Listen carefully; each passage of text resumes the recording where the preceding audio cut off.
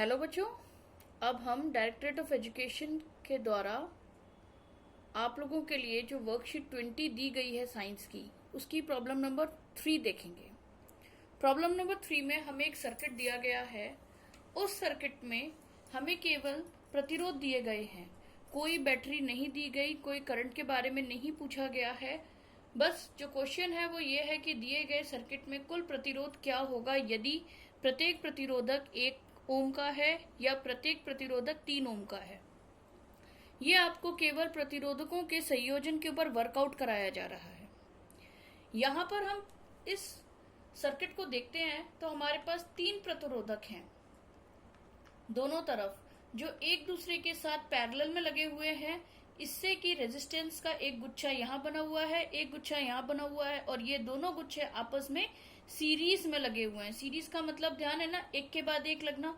तो अगर ये पूरा एक रेजिस्टेंस हो और ये पूरा एक रेजिस्टेंस हो तो ये दोनों एक दूसरे के साथ सीरीज में लगे हुए हैं और आपस में ये पैरेलल लगे हुए हैं। तो हमें इनके 2 मान लेकर चल रहे हैं। पहले में हमें 1 ओम मान लेना है, दूसरे में हमें 3 ओम मान लेना है और फिर इसे सॉल्व करना है।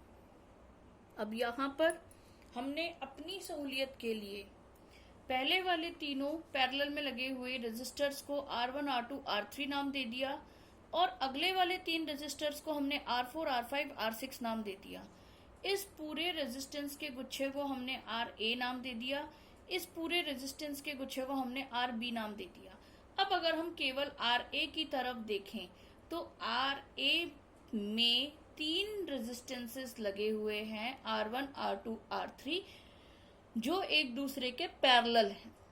तो हमने पैरेलल में लगे प्रतिरोधकों के लिए 1/R1 is equal to 1/R1 plus R2 plus R3, ये RA का फॉर्मूला हमने लगा दिया और इनकी R1, R2, R3 तीनों 1 है तो यहाँ पे 1 वैल्यू रख दी। अब इसे हम सॉल्व करेंगे।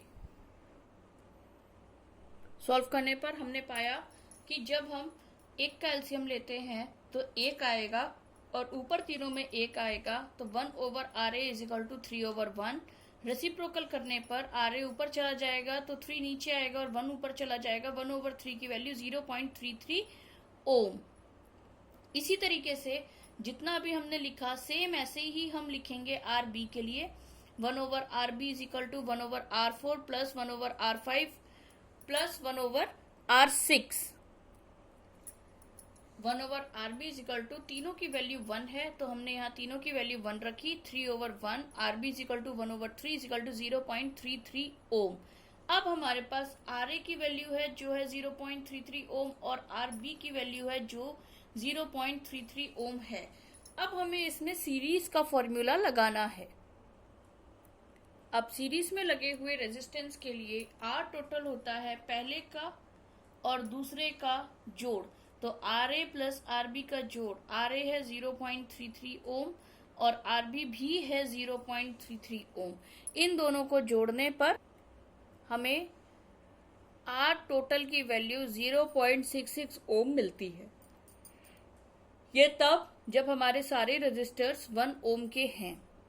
अब हम देखेंगे कि अगर हम इन्हीं रेजिस्टर्स को बदल करके 3 ओम के लगा दें, ये भी 3 का, ये भी 3 का, ये भी 3 का, तो क्या होगा? प्रश्न का दूसरा हिस्सा। हमने अपना वही फॉर्मूला लगाया जो पैरेलल सीरीज में लगता है, पैरेलल कॉम्बिनेशन में लगता है। 1/RA is equal to 1/R1 plus 1/R2 plus 1/R3। R1, R2, R3 तीनों की वैल्यू 3 है, वो हमने लगाई। एलसीएम लिया तो 3 आया, ऊपर सब में 1 आया, तो ये आ गया 3/3 इज इक्वल टू 1 ओम। यानी इस पूरे का रेजिस्टेंस, कंबाइंड रेजिस्टेंस 1 ओम है। इसी तरीके से अगर हम इनका रेजिस्टेंस निकालें तो हमारे पास RB की वैल्यू भी 1 ओम आएगी। कैसे? ये देखिए, 1/RB is equal to 1/R4 plus 1/R5 plus 1/R6। R4, R5, R6 तीनों की वैल्यू 3 है, वो हमने लगा दी, तो RB की वैल्यू हो गई 1 plus 1 plus 1/3 is equal to 3/3 is equal to 1 ohm. इस पूरे का 1 ओम और इस पूरे का 1 ओम। अब ये दोनों सीरीज में लगे हुए हैं। अब देखिए हमने रेजिस्टेंसेस इन सीरीज का फॉर्मूला लगाया, R total is equal to R A plus R B. R T हो गया 1 ohm plus 1 ohm is equal to 2 ohm. 2 ohm हमारा आंसर है जब ये सारे रेजिस्टेंसेस 3 ओम के हैं।